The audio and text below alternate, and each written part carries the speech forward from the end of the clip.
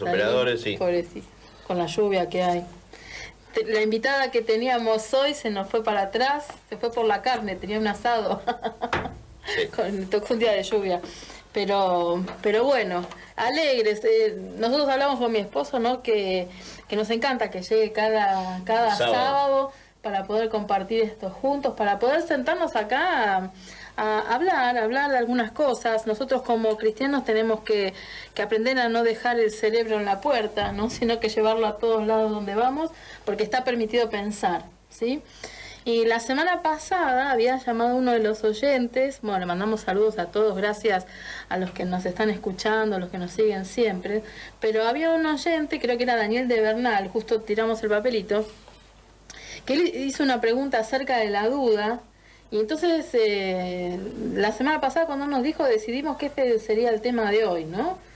Hablar acerca de la fe y la duda, y qué lugar tiene la duda en el cristiano, si está bien, si está mal, si está permitido, ¿no? Porque a veces tenemos un status quo tan rígido con respecto a ciertos temas a tocar, y bueno, y hoy queremos ver así de manera, así como charla de amigos. Charla de amigos.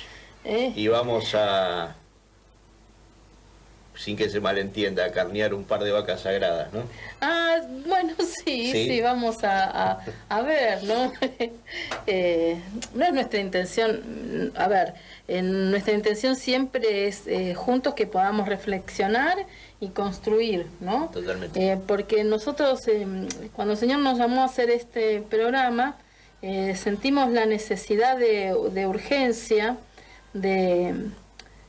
tal vez es una contribución, una gota en el mar lo que estamos haciendo, o no contribuye a nada, qué sé yo, no sé, de levantarnos, ¿no? De la necesidad de, sabiendo que el Señor está tan cerca, de reflexionar sobre algunos temas para que podamos madurar como iglesia, empezando por nosotros, ¿no? Por Ariel y por mí. Nosotros queremos ser cristianos maduros y por eso nos permitimos estos tiempos de reflexión, que así como los hacemos acá, también los hacemos en casa. Nos gusta mucho reflexionar acerca de ciertos temas y ciertas, como decía Ariel, vacas sagradas, ¿no? Que parece que es algo intocable, pero creo que en la fe todo se puede tocar. Sí. Una vez estando yo charlando con una persona, hablé acerca de un tema así como muy sagrado, yo ahora no recuerdo bien el tema, y bueno, siempre tuve la tendencia a hacer preguntas en la Biblia cuando estudiaba, y yo tuve una formación académica donde estaba permitido cuestionar las escrituras, ¿no?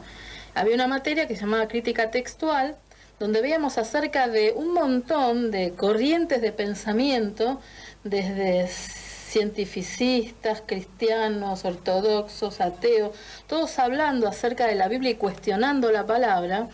Y cuando yo leía esos escritos yo decía, ay, qué terrible todo esto, ¿cómo nos van a enseñar esto en el seminario? Y pasado el tiempo, cuando pasó esa materia que duró casi un año, me di cuenta que la Biblia se la aguanta. Es como dice su palabra, la Biblia es palabra viva y es eficaz. Y realmente no necesita la defensa de nadie, sino que se sabe defender sola. Y ahí descubrí la autoridad que tiene la palabra y detrás el autor que tiene la palabra.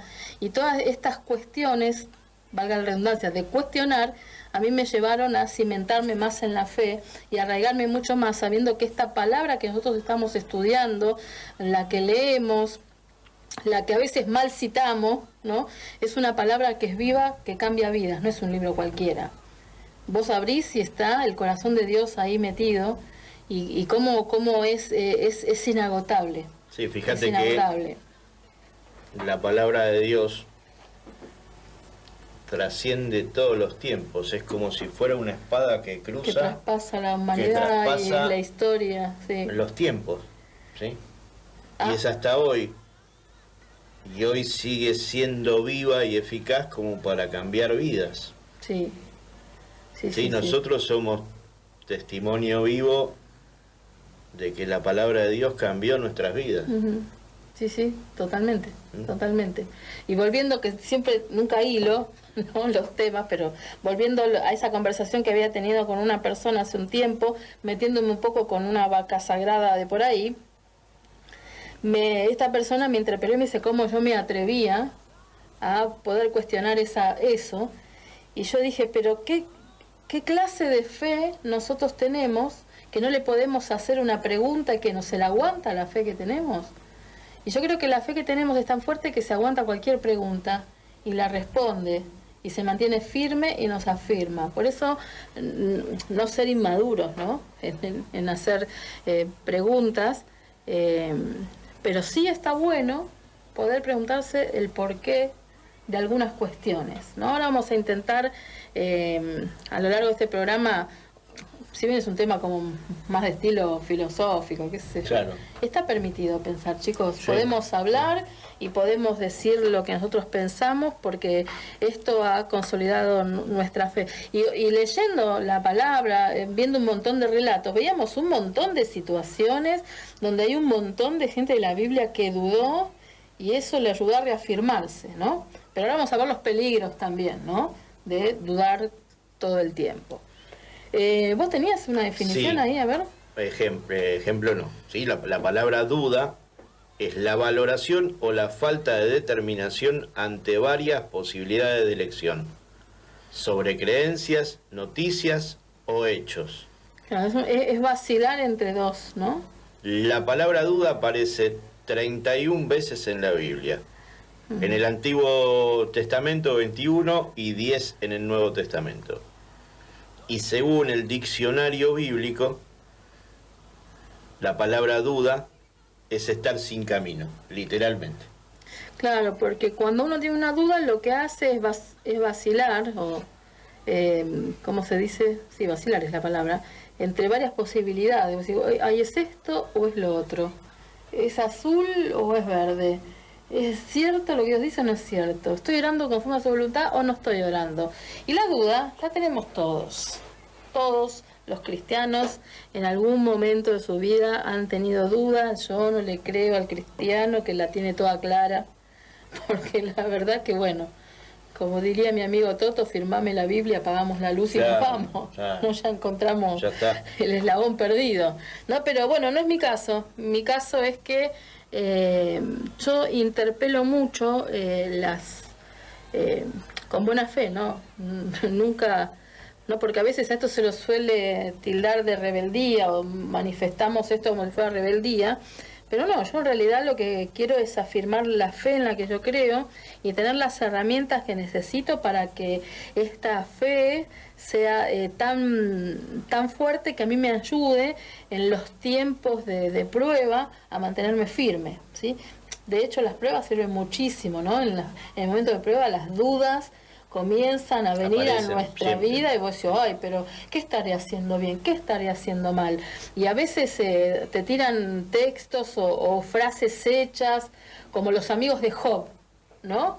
Job había sido determinado por Dios, que le dio permiso a Satanás para que toque todo menos que le quite su vida.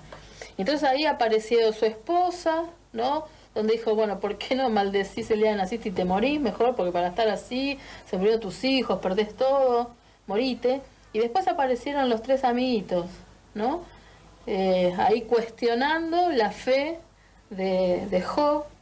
Y siempre cuando estamos en algunos de estos problemas, ¿no?, aparecen los amiguitos que cuestionan nuestra fe. Y fíjate que es muy loco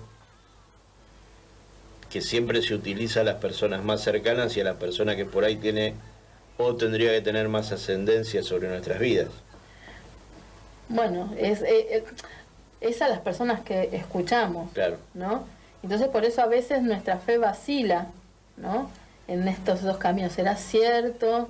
No sé si ustedes alguna vez se preguntaron, ¿seré salvo? ¿No seré salvo? ¿Será que Dios existe? ¿Será que no existe?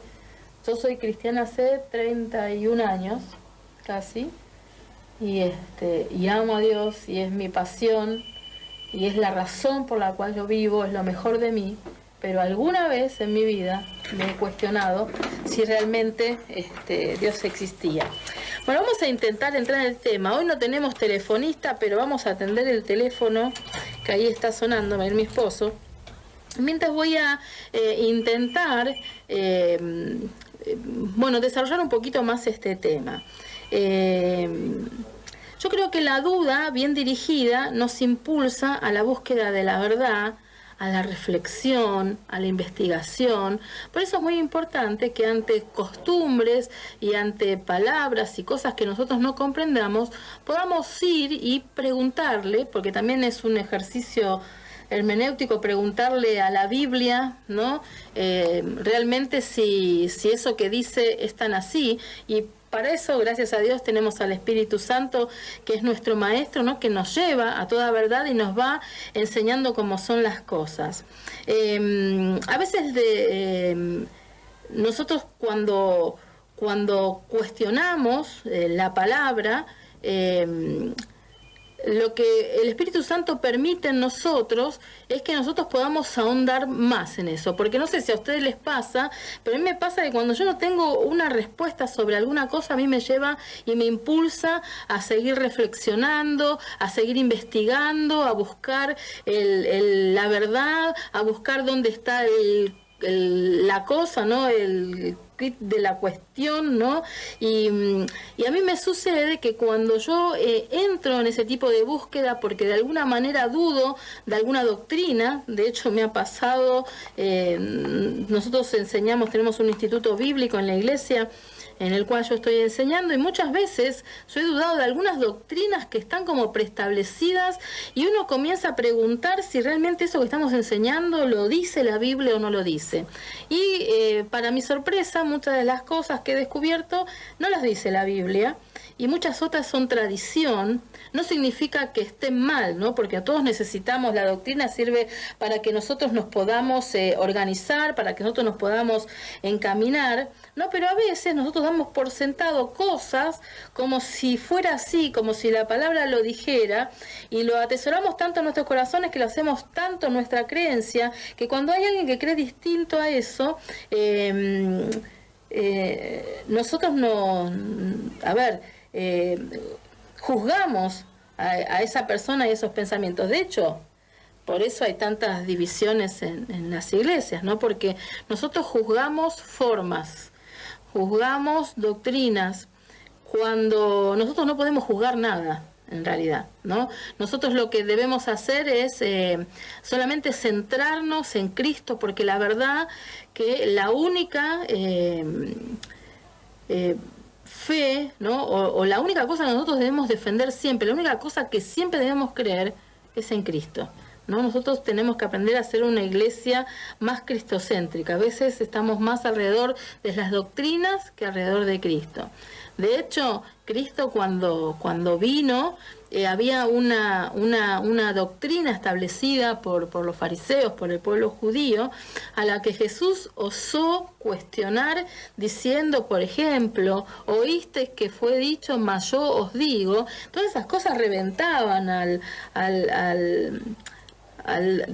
liderazgo de ese momento, y por eso Jesús fue tan perseguido, porque lo que hizo Jesús es tambalear esas creencias que los habían acartonado y que los habían hecho esclavos, ¿sí? Qué tema, qué terrible, ¿no? Porque a veces cuando nosotros no nos animamos a cuestionar cierto tipo de creencias, lo que hacemos es que nosotros nos acartonamos, nos formateamos de acuerdo a esa enseñanza que nos dieron, y seguimos adelante, y si nos salimos de ese cuadradito es como si estuviéramos en perdición, y nos hacemos esclavos de ese tipo de doctrina, ¿sí?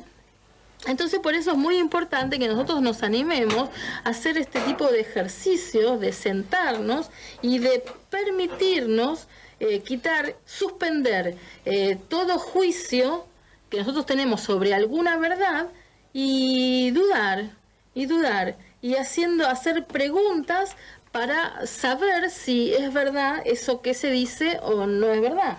¿Sí? La invitación es que este ejercicio lo hagamos a conciencia, y no desde nuestras creencias personales. La otra vez escuchaba la historia de un matrimonio se casa, van de luna de miel, todo bien, y la esposa le hace su primera cena al marido, y entonces le hace una colita de cuadril.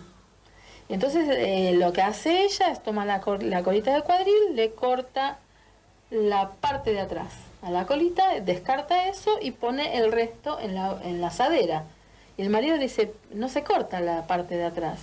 Y ella le dice, sí, la parte de atrás siempre se corta, porque va esta parte. ¿Pero por qué va esta parte? Ah, no sé, mi mamá me enseñó así y siempre lo hicimos así y le vamos a seguir haciendo de esta manera. Y entonces dice, no, esto no puede ser. Entonces a discutir sobre el tema, entonces el marido le llama a la suegra y le dice, escúcheme, suegra, acá su hija me está haciendo una colita de cuadril y le corta la parte de atrás porque dice que se hace así. ¿Por qué se hace así?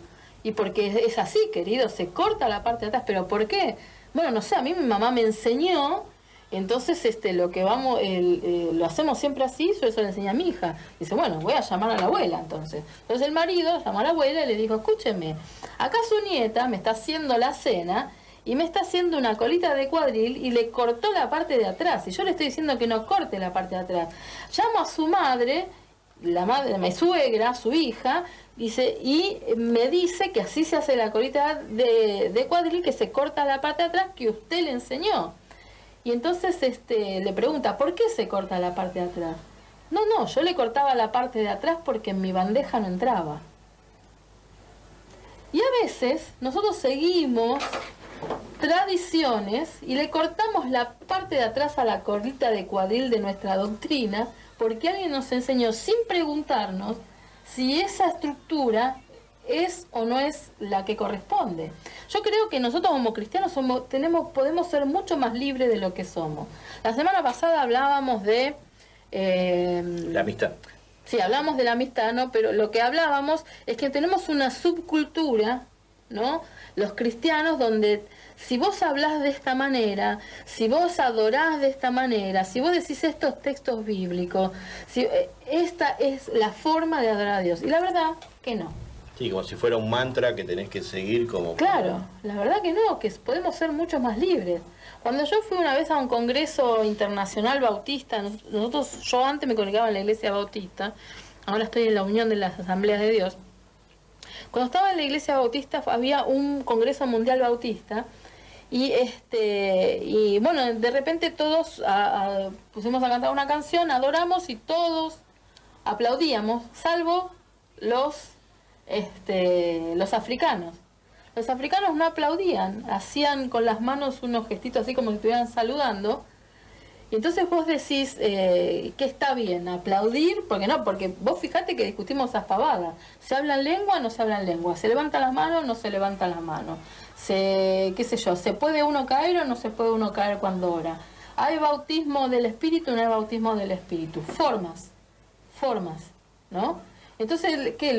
Los africanos, que se adora así o no se adora así, ¿no? Y cuestionamos las formas y no cuestionamos y no vamos al centro, que el centro es Cristo. Y fíjate que esas formas, en vez de unir, dividen. Claro. Y bueno, porque vamos, a ver, yo le digo a las chicas a veces, discutimos el cotillón, ¿no? Todo lo de alrededor y no vamos al punto, no vamos al centro, ¿no? De lo que realmente es servir a Cristo. El gran mandamiento de Cristo es muy sencillo. Amá a Dios con todo tu corazón, con toda tu mente, con toda tu alma y a tu prójimo como a ti mismo. Ahí está. En eso redujo la ley y los profetas.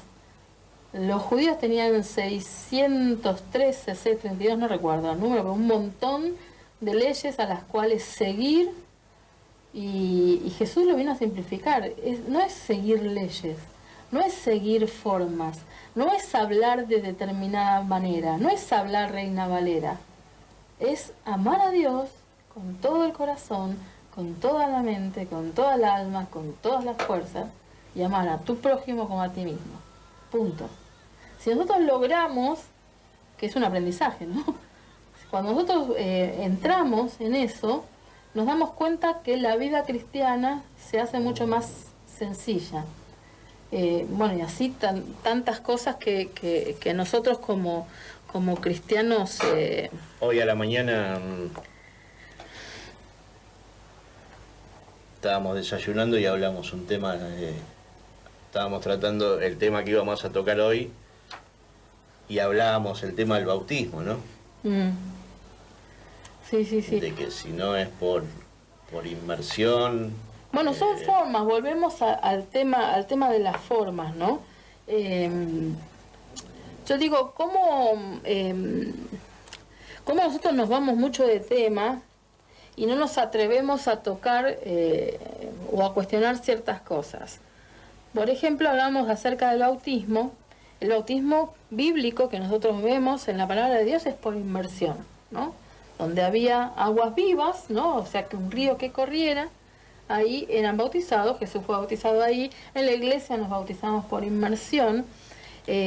Cuando pasó el primer periodo de los apóstoles, en el siglo I más o menos, viene el tema de la persecución y hay un periodo donde aparecen patriarcas, por decirlo de alguna manera, que son llamados los padres de la iglesia. Y ellos vivían en una zona desértica, ¿sí? Es zona desértica.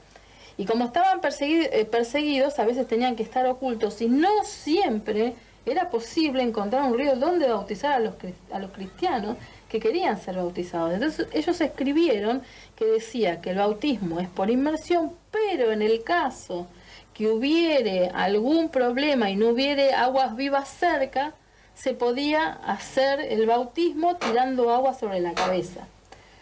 Y eso, no, qué locura, ¿qué estás diciendo? Entonces que también nos podemos bautizar así. Y si no hay donde meter a la persona, y si la persona está en una sala de terapia intensiva, exacto, y desea con todo su corazón hacerlo, exacto, o sea, ¿Dios se va a enojar con eso? ¿Eso quiere decir que ahora la práctica es hacer por aspersión? No, bajo ningún punto de vista. Nosotros bautizamos por inmersión, pero en los casos extremos, ¿qué se hace en un caso extremo? ¿Podemos negar nosotros a una persona? Yo sé que esto puede herir susceptibilidades, ¿no? O no sé. Pero la nosotros... La idea no es herir susceptibilidades, sino que razonemos. Que pensemos, que el ladrón que estaba al lado de Jesús no se congregó, ¿no? No tuvo oportunidad de diezmar, no tuvo oportunidad de ejercer sus dones, no tuvo oportunidad de bautizarse. Sin embargo, como es un caso extremo, dice Jesús, de cierto te digo, hoy estarás conmigo en el paraíso. Esta pandemia, no dejen de congregarse como algunos tienen por costumbre. ¿Qué entendemos por congregarnos? Vamos a la iglesia. Y durante 8 meses casi no nos pudimos congregar. Hicimos las reuniones por Zoom o como pudimos, ¿no? Pero aún así nosotros no dejamos de congregarnos. Entonces nos dimos cuenta en este tiempo que también hay otra manera de congregarse. No es la ideal, pero que Dios nos va a castigar, Dios se va a enojar. Yo no dudo de a ver, ¿cómo se dice? De reglas o de doctrinas o de... ay, no me sale la palabra ahora, ¿no? De prácticas que nosotros tenemos, que son las adecuadas para este tiempo, porque hacemos lo que podemos, pero cada tiempo, cada situación tiene su práctica adecuada, y el problema es cuando hacemos de una práctica como parte de la salvación, ¿no? Como que no, si no lo haces de esa manera... Como un ritual. Como un ritual necesario, como un ritual, más que nada, ¿cómo se dice esta palabra? Bueno, ahora no me sale la palabra, ¿no? Pero como básico, ¿no? Para la salvación. Así hay un montón de cosas y de doctrinas que nosotros podemos seguir hablando, pero a lo que vamos más que nada es a dudar, ¿no? Que nosotros a veces tenemos que sentarnos a reflexionar sobre ciertas cosas que nosotros mismos hacemos con nuestra vida.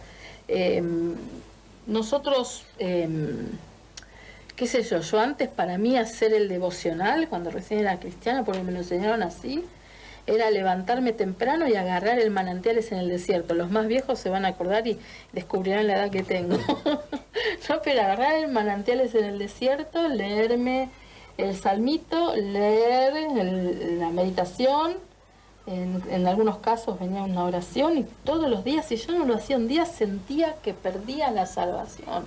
Era una estructura que había en mi cabeza que era terrible. Y la idea no es hacer el manantial del desierto, la idea es tener comunión con Dios. Y hay varias maneras de tener comunión con Dios. ¿Hay que leer la palabra todos los días? Claro, hay que leer la palabra todos los días. Tenemos que leerla, tenemos que atesorarla, tenemos que practicarla, pero hay diversidad de maneras de hacerlo, no hay una sola forma. Algunos te dicen a la mañana, otros te dicen a la tarde, otra noche, hacelo cuando sea, pero hacelo, ¿no? Por eso tenemos que desestructurar cosas y pensar si algunas cosas sirven o no sirven para la práctica, ¿no es cierto? Vamos a la tanda y luego seguimos con el programa Sujetos y Predicados. Te reitero que somos un programa exclusivo y auspiciado por la Iglesia Ciudad de Dios de Quilmes y que nuestros pastores son Ricardo Engel y Lorena Engel, a quien les damos muchas gracias, le mandamos muchos saludos por la oportunidad que tenemos de poder estar acá. Vamos a la tanda.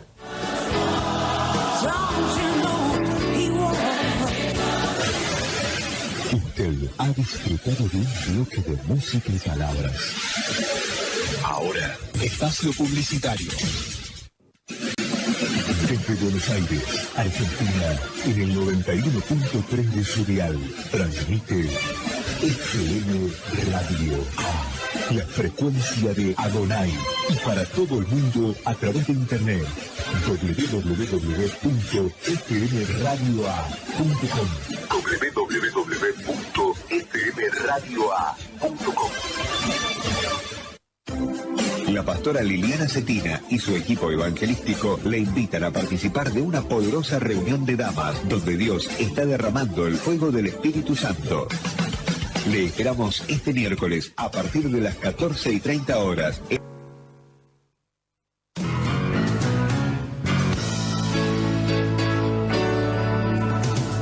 Segundo bloque de Sujetos y Predicados acá en Radio A 91.3. Y se estuvo comunicando Alicia de Sáenz Peña. Alicia, confía, hay que confiar. Sí, Alicia. Estamos orando y llegamos a casa y vamos a orar por ustedes. Sí. Y llamó Osvaldo de Corina y muchas gracias, hermano. Gracias por todo y nunca te olvides de que Dios tiene el control de todas las cosas y que Él sigue siendo Dios siempre. Y nos deja Zacarías 10:12. Amén. Muchas gracias. Y a aquellos que se han comunicado a través del teléfono celular que es... Ay, me lo olvidé. Estoy emocionada con la canción que acabamos de escuchar. El celular es 11 35 64 38 80. Quiero mandarle un beso muy especial a nuestra pastora que nos está escuchando. Yo me estaba emocionando con esa canción, ¿no? Que dice... ¿no? ¿Quién soy yo para que me hayas amado? ¿Quiénes somos, no? Y es tan grande el amor de Él que nos surge a nosotros como hijos de Dios crecer para poder disfrutar de ese amor, ¿no? Para no ser una iglesia niña. A mí siempre me ha preocupado la madurez de la iglesia. Por eso nosotros venimos con estos temas y me preocupa mucho que haya personas, tantos cristianos, que no estén dentro de una iglesia por razones, hay tantas razones, ¿no? Pero la mayoría de las razones tienen que ver con heridas que son causadas dentro de la iglesia, y eso es tan preocupante, me preocupa tanto. Nosotros como iglesia tenemos que abrazarlos a las personas, no tenemos que sacarlas. Fíjate en el pasaje de Mateo 14, sí. Que es cuando Pedro camina sobre las aguas. Sí, sí. Y vos fíjate algo, de que Jesús no le dijo, además sí, ahogate porque sos un incrédulo, porque dudaste, porque tuviste miedo, ahogate.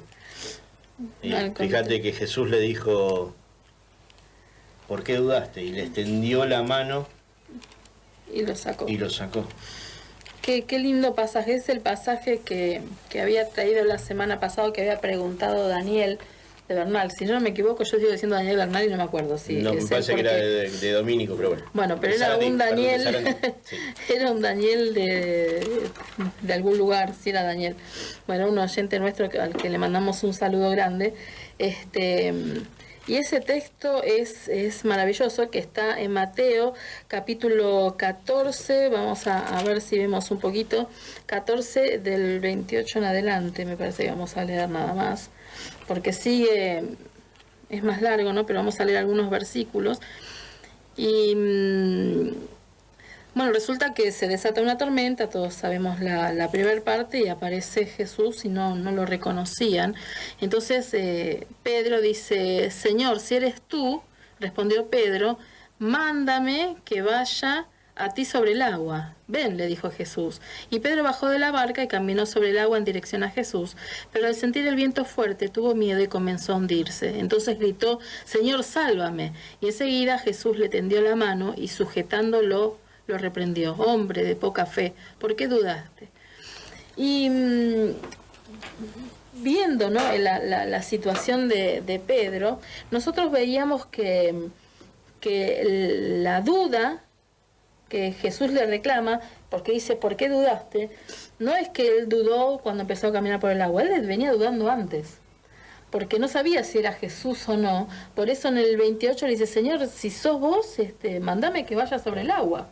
O sea, el caminar sobre el agua fue un acto para reafirmar la fe que él tenía en Jesús. Lo que él no sabía, si ese que estaba ahí era realmente Jesús, y es como que de alguna manera Pedro lo que intenta es ponerlo a prueba a él, como tantas veces hacemos nosotros. Señor, si esto es tuyo, a ver, ¿viste? Y siempre buscamos alguna señal, algo que el Señor nos muestre. El Señor en su misericordia muchas veces nos manda una señal y nos muestra sus cosas. Y entonces dice el 29, bueno, Jesús dijo, ven, y Pedro bajó de la barca y caminó sobre el agua en dirección a Jesús. Que lo interesante de todo esto, que a veces, pobre, a Pedro se me lo maltrata, es uno de los personajes más impactantes, ¿no?, que yo encuentro en la palabra de Dios. Hay un montón, ¿no?, pero él me encanta también.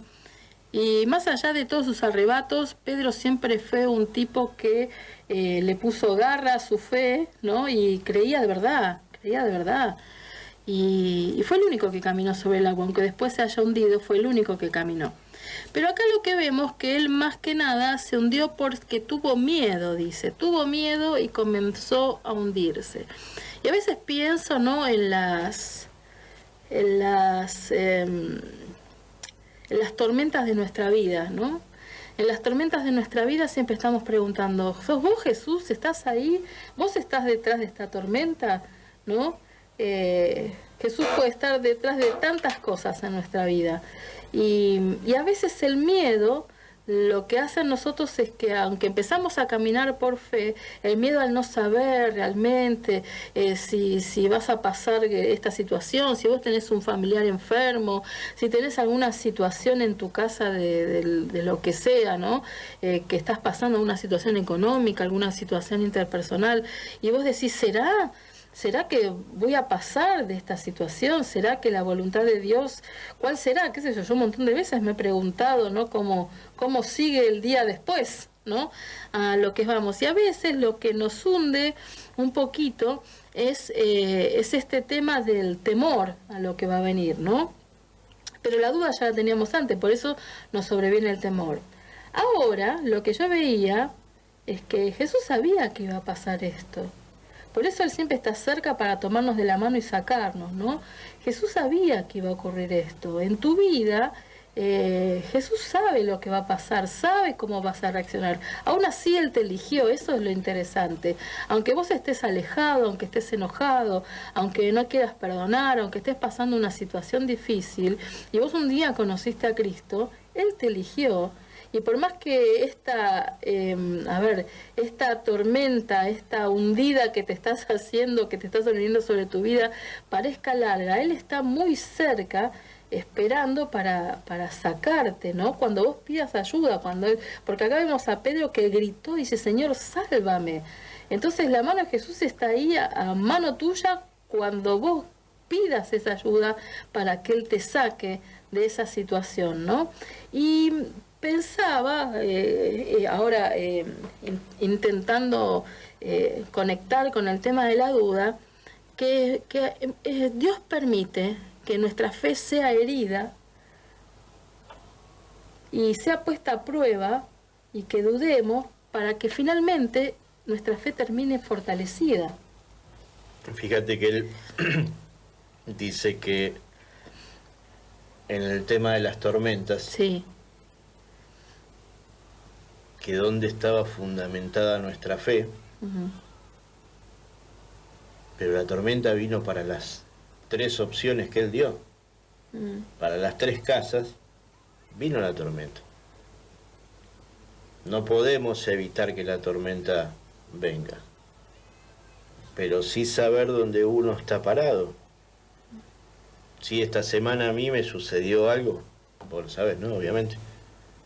Y por un momento dudé. Y hasta que dije, bueno, yo no puedo. ¿A dónde vamos a ir nosotros? Como decía Pedro, Señor, ¿dónde voy a ir? Vos tenés palabra de vida eterna. O sea, dudamos y lo que nos remite al cristiano, al Hijo de Dios verdadero, la duda lo vuelve a remitir a Cristo y vos reafirmás diciendo, Señor, yo no puedo ir a otro lugar que no sea tu presencia, que no seas vos. ¿Dónde voy a correr? ¿No? Y fíjate que se enseñan cosas y esas sí están mal enseñadas. Confesemos esto, confesemos lo otro, que esto va a venir. Si me concentro en esto, si lo miro fijo, esto viene. Sí. Flaco, no entendiste nada. Dios es soberano. Sí. Por más que vos digas, grites, patalees, te desgarres la ropa, Dios hace su voluntad siempre. Siempre. No hay forma de que yo pueda convencer a Dios de que no Cada haga... vez le queremos torcer el brazo, queremos hacer un trueque con Dios. En Isaías... Yo declaro salud sobre tu... No, flaco, pará, porque vos no sabés lo que Dios quiere hacer con esa persona. A veces la declaración también es una... que yo no juzgo a quien lo hace, para nada, pero es una... como una reafirmación, no me sale, hoy no tengo, la humedad me tiene mal. Es un deseo, ¿no? De querer que Dios haga eso que vos querés, pero realmente la verdad es que Dios es Dios. De hecho, bueno, te puede pasar cualquier cosa. Te puede pasar, podemos salir de acá, nos puede pisar un auto por más que amemos a Dios, porque Él está por sobre todas las cosas. Lo que sí no me gusta es que tengamos o que enseñemos un pensamiento mágico de que la declaración siempre te va a funcionar, ¿no? Porque no enseñarlo como doctrina, ¿no? En ese sentido. Es tremendo. Estaba leyendo acerca de Martín Lutero. Martín Lutero, si hay alguien que se destaca por ser el campeón de la justificación por la fe, es Martín Lutero.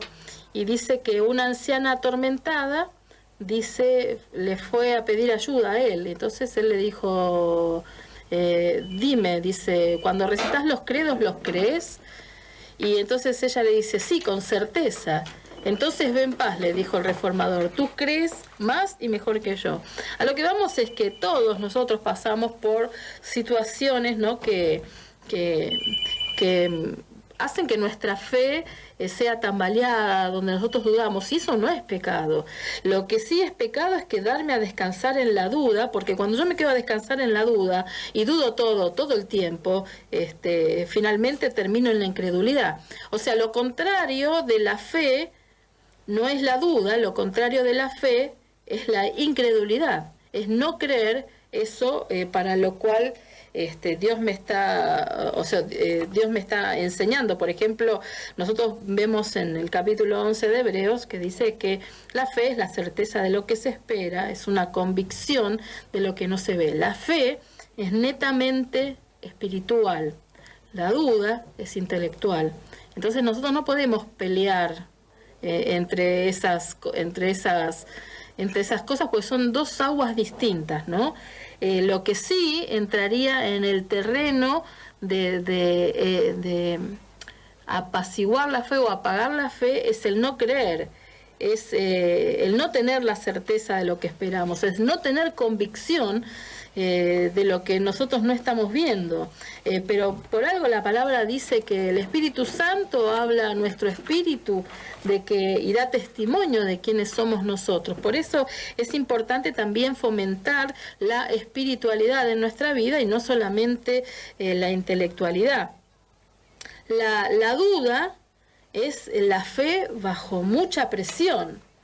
Hablábamos esta mañana también con mi esposo de Juan el Bautista. Juan el Bautista dejó su vida, dejó todo y se fue al desierto a proclamar y a abrir camino al Mesías. Y no tenía ni casa, no tenía nada, ¿no? Juan el Bautista llega al Mesías, lo reconoce, lo bautiza y al poco tiempo lo meten preso a Juan el Bautista.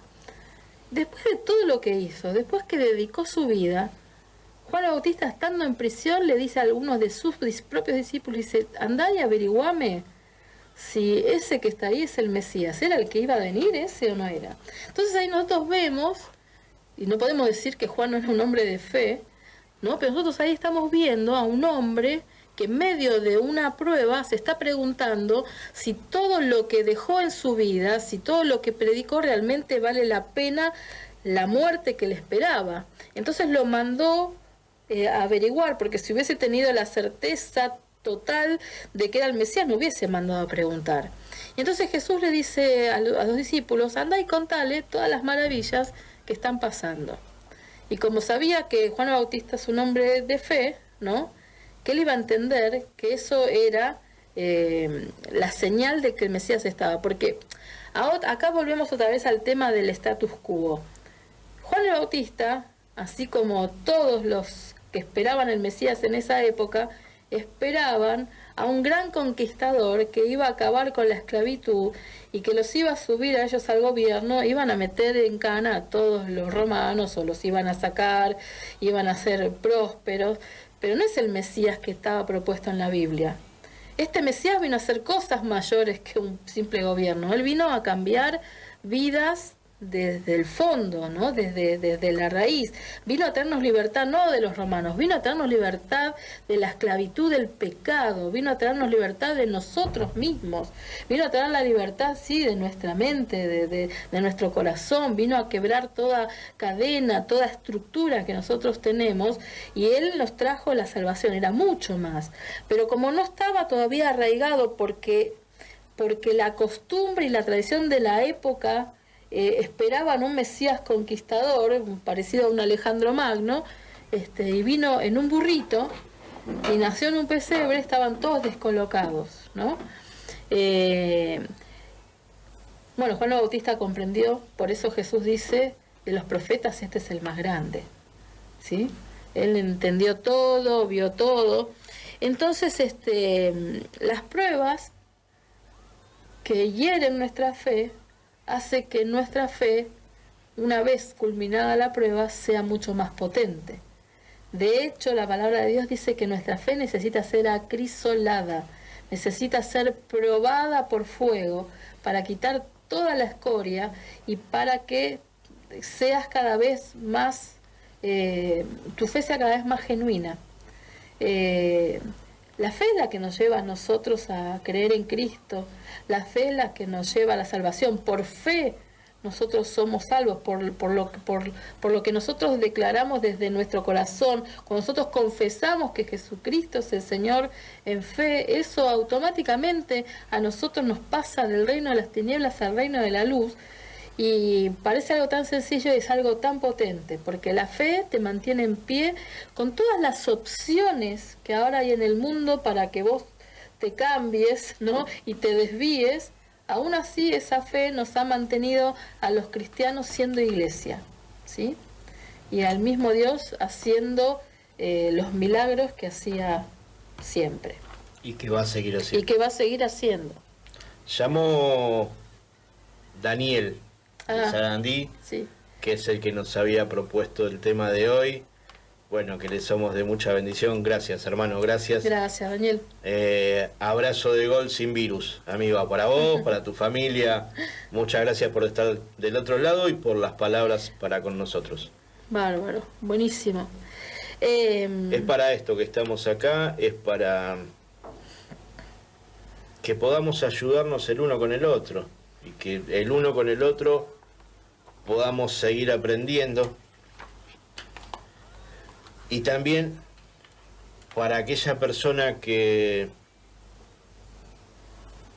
por X circunstancia tomó la decisión de apartarse del Señor, es para eso que estamos nosotros hoy acá, para decirle que Dios no te va a dejar ahogar en el mar, que Dios no te juzga, que Dios no va a emitir juicio contra vos, sino que te va a extender la mano para sacarte y para que no te ahogues. Fíjate que el libro de Romanos dice, al trono de misericordia. Uh-huh. Que corramos al trono de misericordia, no al trono de juicio. Y misericordia es pasar por alto todas las miserias de nuestro corazón. Sí, que en definitiva es el único que las ama, ¿no? Por eso si estás apartado, si no estás congregando, si estás enojado con alguien, nada, deja esas tonteras, deja esas boberías, volvé a Jesucristo. Jesucristo no te juzga, Jesucristo te ama. Yo no me voy a cansar de decir eso, Jesucristo te ama, porque soy testimonio de eso. Uh-huh. Uh-huh. No estoy diciendo algo que no he vivido. Yo me acuerdo cuando fui a ver a los Stones allá lejos y hace tiempo, el Toto, mi amigo ahí se debe estar acordando, había una bandera que decía no me lo contaron, lo viví. Y esto también.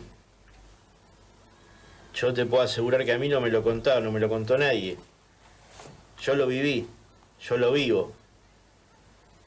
Jesucristo extendió su mano de misericordia sobre mi vida y lo hace todos los días. Y aún me da cosas que humanamente nuestra mente piensa, no, esto no me lo merezco. Pero su inmenso amor supera cualquier pensamiento nuestro. Así es. Tenemos que aprender a crecer, tenemos que dejar de ser obsecuentes como cristianos y empezar a levantarnos, a madurar, sabiendo que el tiempo está cerca. A veces uno de los más grandes obstáculos para la fe en Jesús es la incompetencia, la complacencia, la arrogancia de sus seguidores como yo, seguidores como vos. A veces somos tan arrogantes, cuando Jesús es tan hermoso, es tan sencillo, es tan amoroso. Él está dispuesto a amar tus miserias, así como nadie te amó. Tal vez tus padres no te amaron, tal vez tu esposo, tu esposa te abandonó, tal vez tus hijos te desprecian, pero escucha, el Dios del universo, el que creó todas las cosas, el que fue levantado de entre los muertos, el que venció la muerte, te ama. Si pudiéramos tener revelación de eso, nuestras vidas serían distintas. Y ya no habría excusas, y ya no habría